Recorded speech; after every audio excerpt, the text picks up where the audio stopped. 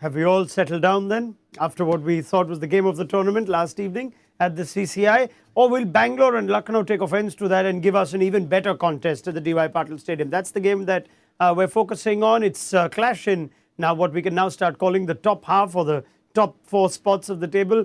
And KL Rahul comes up against a former franchise, the form of RCB. Faf du Plessis is a happy man in different colours. This should make for a good one. This is Maruti Suzuki Presents ESPN Cricket Info T20 Timeout powered by IQ 95G. Sanjay Manjrekar with me. We saw the best game of the tournament yesterday. These two teams, I get these feelings whether today is going to be a good one or today we're not sure what to get. But an inform LSG, an inform RCB should be another good one. Yes, and we are back at the CCI.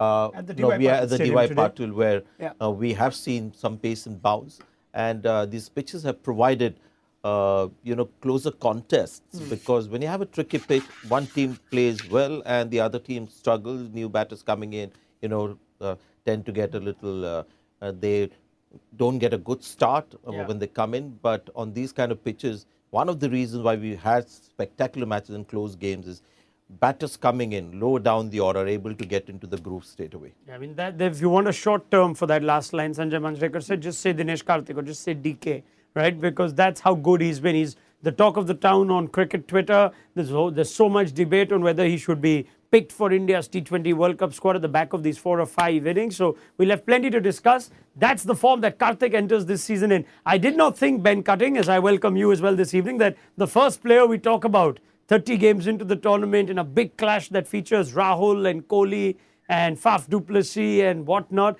that we'd be focused on Dinesh Karthik. And I can see now you've got a bit of red on. So I don't know if that augurs well for the RCB fans. How's your luck been so far? I can't keep track of your record. No, I've picked well tonight. I pulled this one out specifically because that's who I think's going to win. But DK, what a start to the tournament. We saw glimpses of it last year, particularly alongside him at KKR. But the way he's put it together, game after game after game so far this season's been pretty special. When we talk about a number 6 or 7 or like a finisher having this sort of start, do you feel like almost an invincible sense, Ben? You must have played this role. Start of any major tournament or any season, you have 4 or 5 innings like this in what's arguably the most difficult position at T20 team. Do you start feeling like, I'm going to do this every time now? But particularly after the last game they had, I think they were 5 for 92 when DK came out and smacked them. So that sort of shows that the team can win from any position they put themselves in. So that, if anything, that just gives the batters more freedom when they step out to the crease, which is only a dangerous thing to have. Yeah, you have for so many years wanted DK to play this role, come right at the end and do the job without having to worry about what gear to start in. If we look at how he started this season, the first 10 balls, Sanjay, strike rate's better than anybody. And that tells us something. But that last innings that Ben refers to, he had to bat 8-9 overs there. I mean, has he just carried that sort of form into that game? And well done to Faf du Plessis, well done to RCB. Despite his form, they've ensured that he doesn't come in too early. Even in the last game, he came after Suyash Prabhudesai, Shahbaz Ahmed. So well done to them, because I can think of a few franchises who would think, Dinesh Karthik in form, we're having some problem at the top of the order. Let's push him there, give him more time. And that's the error a lot of franchises have made with Dinesh Karthik. He's at his dangerous best when he doesn't have to think too much. He's at his best, devastating best, when he has to see the ball, hit the ball, and that's what he's doing. And well done to RCB for realizing that after so many years. And I mean, look at the last game. He came 1, 2, 3, 4, 5, 6, 7. Dinesh Karthik, batter of the season. Still, wait, we want you to come in a little later. And Andre Russell, if he had done the other night, stayed a little later, who knows? What happens, Ben, when no one expects things and then you have this start and now everyone expects it? There's always that fear of peaking too early. Now when Dinesh Karthik comes out, he knows exactly what's being said on social media. He's added to the fuel of that conversation by saying he wants to be playing for India in the World Cup. Is there a different sort of pressure now? There can be, but I think he's of the age now. He's played so much cricket. He's got all those demons behind him. He's had the ups and the downs, and now he's just playing for the love of it.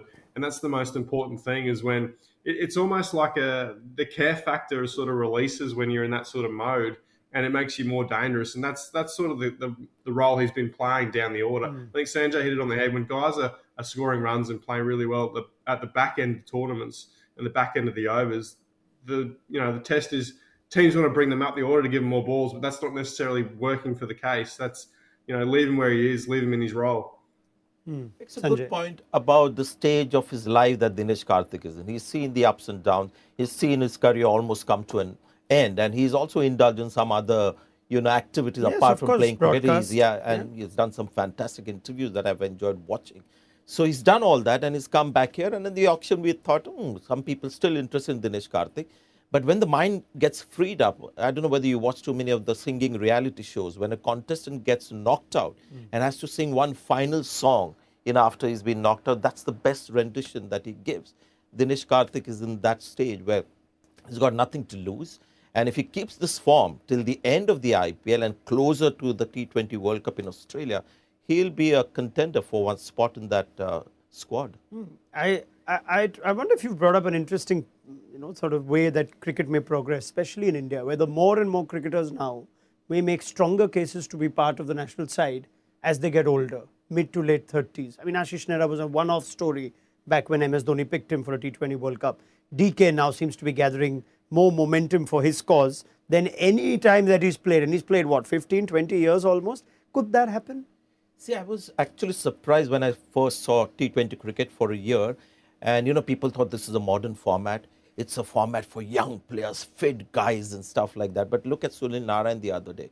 He's not the fittest, most athletic guy on the field. We've seen people in their prime, like Pat Cummins, playing all three formats, not delivering. Virat Kohli, Rohit Sharma. So this is a guy who's just come in. Robin Uthappa has come in and just played IPL and T20 cricket. And somehow they're able to sort of make a more worthy contribution because they're just focusing on that. And perhaps a little more relaxed because they're not playing for an India spot. Maybe Dinesh Karthik will now put pressure on himself by making that statement. But it's the right thing to do. Always, aspire to play for India, whatever stage of your life. Yeah, but I mean, across teams as well, Ben, you are someone who took to the T20 game naturally. That was your first format, if it's fair to say so. And as you get older, we've had 17 years of T20 cricket. We've seen the game evolve and be a different beast today. Suddenly, for someone who would have played throughout, now you may understand the game far better than you did when you first started playing. And perhaps this format still allows, as your body ages, to be relevant in the format. Could we see that happening? More 35-year-olds, 34-year-olds, 38-year-olds make a strong case to play for the national sides? Without a doubt. It's not just an age thing. With age comes experience. And a lot of the guys, around that 32 to 38 bracket that I fit into as well, we all grew up, before T20 cricket, playing a lot of first-class cricket where you learn to apply your trade, you learn to play in different scenarios and situations and conditions that you're playing in, that holds you in good stead towards the back end of your career because you can dwell on that experience you learned from those different formats. Where a lot of the young guys at the moment, they come through, they join the circuit, they shoot the lights out without a doubt, but keeping that momentum going time after time after time is very, very tough at that younger age. Whereas the older guys, and I relate to the Big Bash teams, the most successful Big Bash franchises for us over here, the ones that are littered with experience, with a dash of youth thrown in. We have CSK here to show that example So you've got to be careful also not take it to the other extreme. I think CSK went a bit too far with one season when they didn't qualify, one of the first time that they didn't qualify. And clearly the thing was aging players, but it's not so much the age. It's about skills. Yeah. If the skills are intact, and as Ben says, then if you have the experience, you're going to handle pressure better than somebody like Abdul Samad, for example, or a Priyam Garg, or a Abhishek Sharma. So if the skills are intact, you're not the fittest guy on the field, there could be a boundary that you might concede, But if you have the power game still, the skill, the experience will come to good use. But you have to be very careful to keep on watching these players, that the skills are not diminishing. Sure. Dinesh Karthik's skills have risen to another level. So that's an enigma in itself. And these are guys we're seeing who've played T20 cricket almost since its conception. DKs, Chris Gill, Dwayne Bravo, Faf du Plessis, AB de Villiers. We keep talking about how they're so good for their franchises, whether they've made that international retirement or not. So it takes for a fascinating conversation as to where we could go in the next few years. For now, let's just focus on the game itself. It's a fun game, isn't it? Lucknow and RCB. Toss has been won by KL Rahul, fresh on the back of an IPL 100. He almost seems to bring one up every season. He loves playing against the Mumbai Indians. The teams are unchanged, so that makes for, I guess, simple conversation. Even both teams are successful in their last respective outings. Lucknow, no changes at all. So Manish Pandey keeps his place. K. Gautam will have to hold on until there is a matchup worthy of his inclusion in the team. Okay with that, Sanjay? Team that beat the Mumbai Indians, who obviously look a shadow of their former selves, but this is the strongest Lucknow team for you? We did a preview and we talked about Manish Pandey, whether he'll continue to get that number 3 slot despite not being that impressive. But Gautam Gambhir made an important call, bringing Pandey back in, and he's going to keep doing that for a while. The other would be Chamira, has been expensive on occasion, but I like the fact that, if your team is nicely settled in the top 4, might as well keep backing those players because they've got definite class there. Anuj Rawat, not enough runs at the top, but not willing to make those kind of changes. So, yeah, I think sound. The good thing about and the parallel, the similarity between the two teams is when you look at their bowling attack, it's pretty rounded. Yeah. Pace and seam both, spin and pace both have quality. Batting issues, maybe for one team it's at the top, the other team it's in the middle.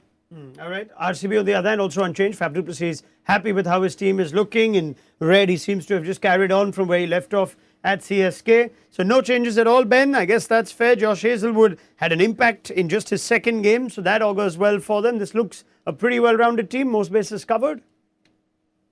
It certainly does, yeah. It's it's great to see that RCB are towards the top of the tree there on the table. They're all playing well. Everyone's sort of had a crack in that playing 11 to put performances on the board. That's massive for confidence at this stage of the tournament as well. We saw the best of Glenn Maxwell. We almost seem to forget that because of what DK did in the last game. That was an outstanding innings from Maxwell, given they'd lost early wickets, given he had to counter-attack first, well before DK got in there. And Maxwell's going to be the focus of our conversation after Dinesh Karthik now. Seems to have not been, moved by the retention or the big price tag pressure. He's looking good to put in 2 back-to-back seasons for RCB. We bring up his numbers first up. Against pace and spin, shall we? Because he took on Kuldeep Yadav in the last game. And what he has done is struck at 220 in the small sample size that we have. He also gets dismissed to spin.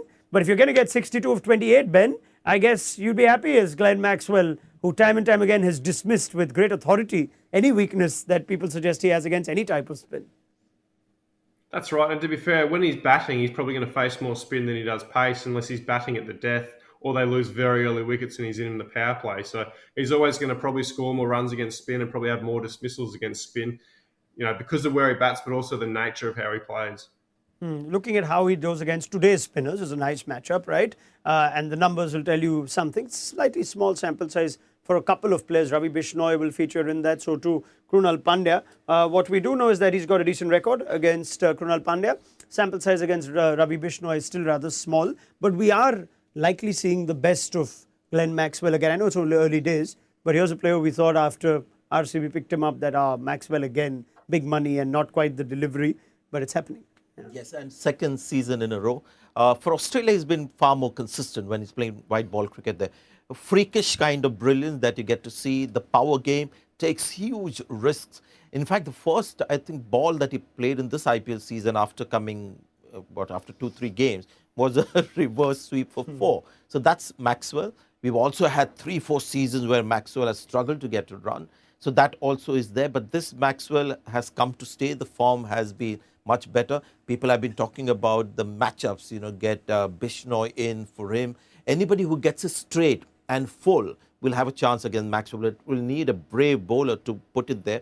But the problem is, who does Bishnoi bowl to? Because they also said Dinesh Karthik is weak against leg spin. So we'll see how the captaincy goes. Sunil Narayan was bowled in the 18th over, if you remember, by Shreyas Iyer. But they bowled in 3 in the middle because they had to. They can't keep Bishnoi only for the time when Maxwell or Dinesh Karthik comes in. So these are little matchups that are always, exciting to look forward to. What's the best ball to bowl to Maxwell? If you're on the opposing team, Ben, I'm sure that's been planned for many times in your career too. Where you have a wrist spinner like Bishnoi, you've got the left arm spin of Krunal, you've got pacers like Avesh, Jason Holder, Chamira. What's the best plan to start off against Maxwell? Look, from our perspective, whenever we come up against Maxi, particularly in BBL, we look to bowl more pace to him than spin. We find that spin, he's got more time to open up both sides of the field by sweeping and reverse sweeping. He will try that against the Pacers as well, but it's probably not as successful and a little bit more dangerous for him. And then with the faster bouncier wickets here, we always try and go upstairs early, give him a good short one, even if he knows it's coming, happy to telegraph it. But it's when he gets in that is most dangerous. You've really got to try and bluff your way through your over to set up the next over for whoever's bowling, because if you set the field and bowl every ball exactly according to your field, he's going to take you apart, a little bit like AB de Villiers does. I guess that could also work for Lucknow, because we also saw numbers, Sanjay, in the last game where Faf du Plessis early on against spin doesn't quite look comfortable. And as we just look at how Kohli and Faf have gone early, wonder if there could be a little bit of a change from KL Rahul. Could we see more spin early on in this innings now that they're bowling first? That's Faf du Plessis in his first 10 balls. We're looking at their strike rates, of course. So he hasn't quite taken off. He had that good score in the first game for RCB. Virat Kohli's strike rate's been better. He started a little better, but we're still waiting to see the best of Kohli, fair to say. If we look at the lowest strike rate in the first 10 balls for RCB in this season, you will see that Faf du Plessis features there, and so too does Virat Kohli. So maybe 120 is all right, so we need not be too harsh. There's a case today for a lot of spin early. I think Krunal, because you've got Virat and Faf du Plessis, two right-handers in the top three, and Virat for sure wouldn't like spin early on because he doesn't want to take big risks and play the lofted shot which needs for him to strive for power. So that is the way to go. You'd rather keep Bishnoi for later for the likes of Maxwell and Dinesh Karthik, but that's for sure. You'll see spin early, and same with RCB. When they bowl, you will see Maxwell bowl to Rahul and Quinton de Kock. Yeah, Ben makes the point of using pace against Maxwell early on. Time when it was like the weapon to use, the obvious thing to do against Maxwell, but it doesn't seem as effective. But that's one way to go. Keep it straight. If you try and sort of get away from him, more you get hit. With Butler as well, we saw there was a nice graphic where we saw Butler's dismissal this season. It's been to ball that have been full and straight, but that's theoretically is the great thing to do, but very seldom will bowlers keep their wits about and keep bowling there when it seems like an obvious good ball to hit. But the more you try to escape from these guys, Butler and Maxwell, the more you tend to go for runs. This is also a particularly curious contest in the middle overs, where you've got a Lucknow team that actually go quite well when they bat in the middle overs, and you've got a Bangalore team that bowl particularly well in that period. This is how they've gone. The average for batting, so the runs are coming for teams like Lucknow, Hyderabad, even Gujarat. Hardik Pandya has been in great form. On the other hand, RCB seem to be quite the team to bowl to try and get around in the middle overs. Their bowling numbers have been outstanding. Signs of two good teams, I guess, these sorts of numbers that they tell us. Let's look at the bowling options that KL Rahul has, though, today. And Jason Holder and Avesh Khan have a responsibility to do. Avesh Khan, right, makes for a great conversation. Again, big money signing for Lucknow this season. And going in the power play, going at an economy of 7.4, while the others go at 8.5. He's picked up 5 wickets. A lot of bowlers have struggled to pick up wickets in the power play this season, Sanjay. And as we just look at how Avesh Khan has gone in different phases, there's a chat going around on who is Jasprit Bumrah's 2 and 3 in that World Cup. Is it Shami? Is it Avesh Khan? Is it Harshal Patel? What about Deepak Char? What about Bhuvaneshwar Kumar? Where do you see Avesh Khan's game at the moment? I think these are good stats to go by. So he's somebody, very often the spinners are the game changers in the middle.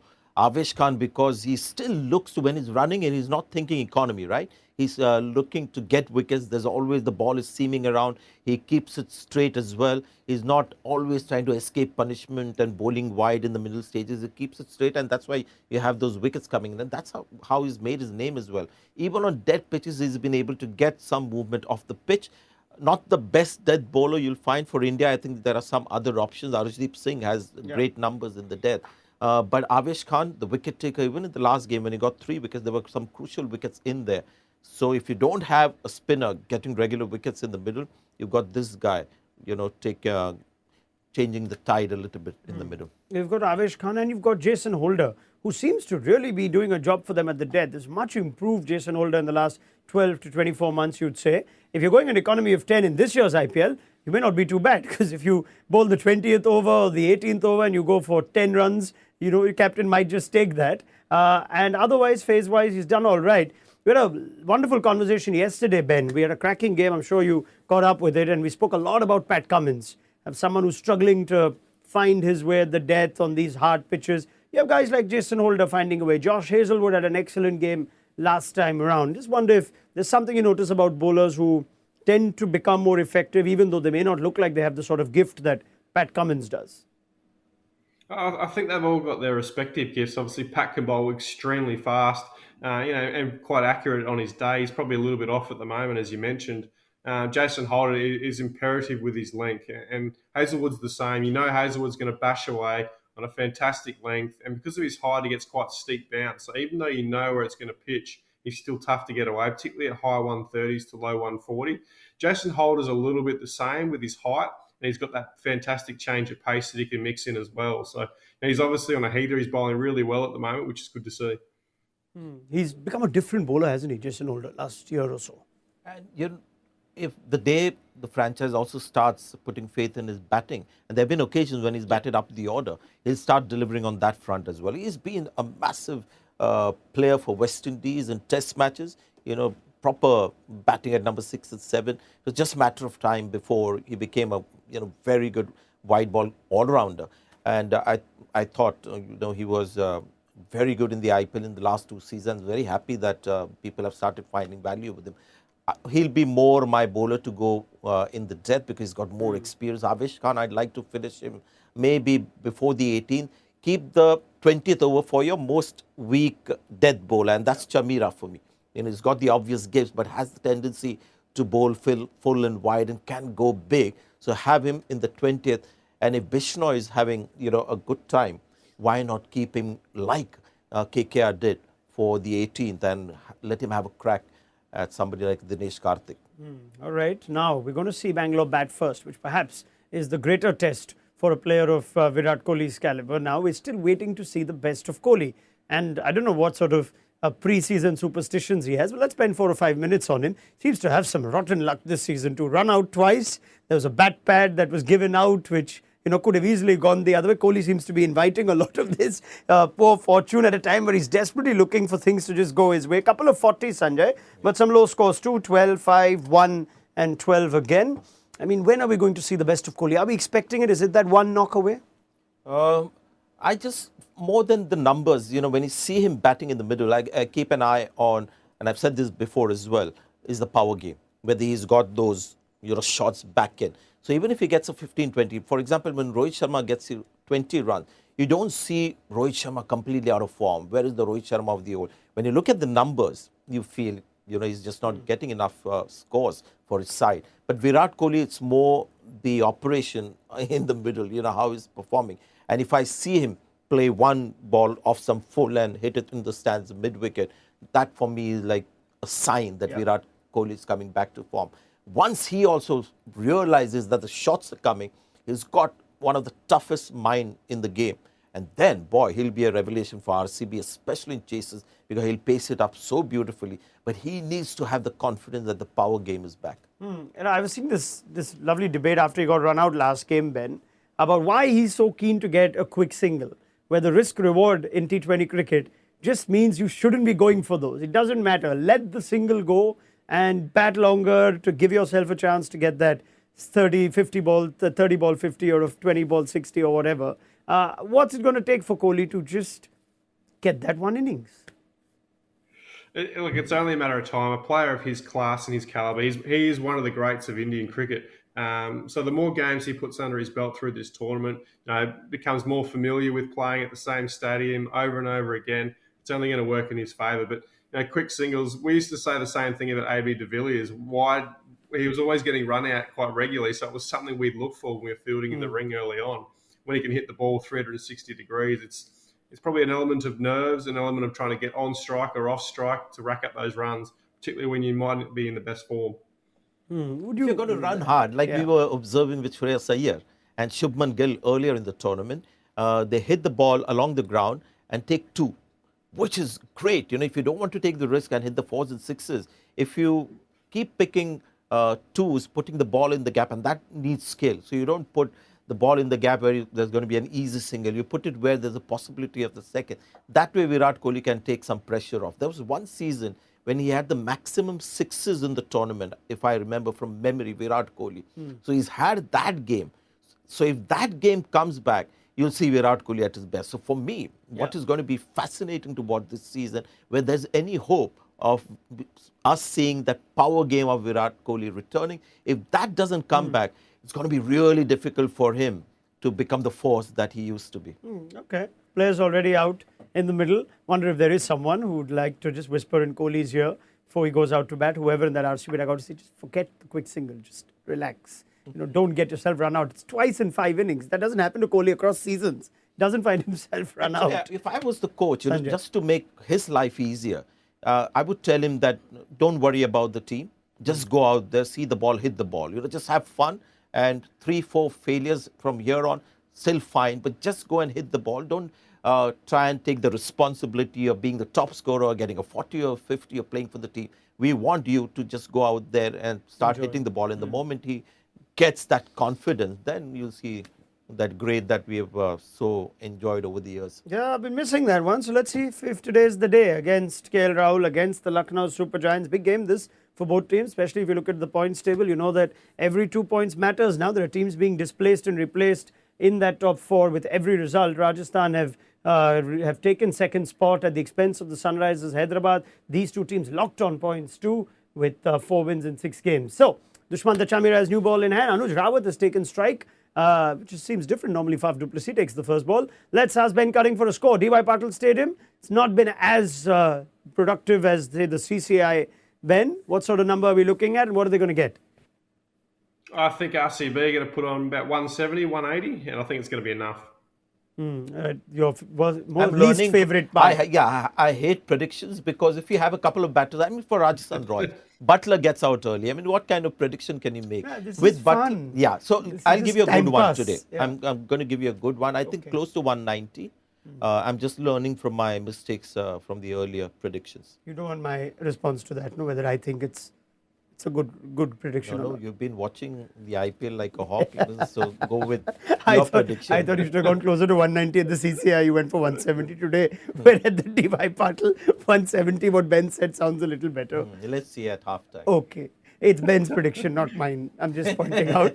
Thank you to Ben Cutting and Sanjay Manjrekar. More from them at halftime. Join us then on Maruti Suzuki Presents ESPN Riggin for T20 Timeout, powered by IQ 95G.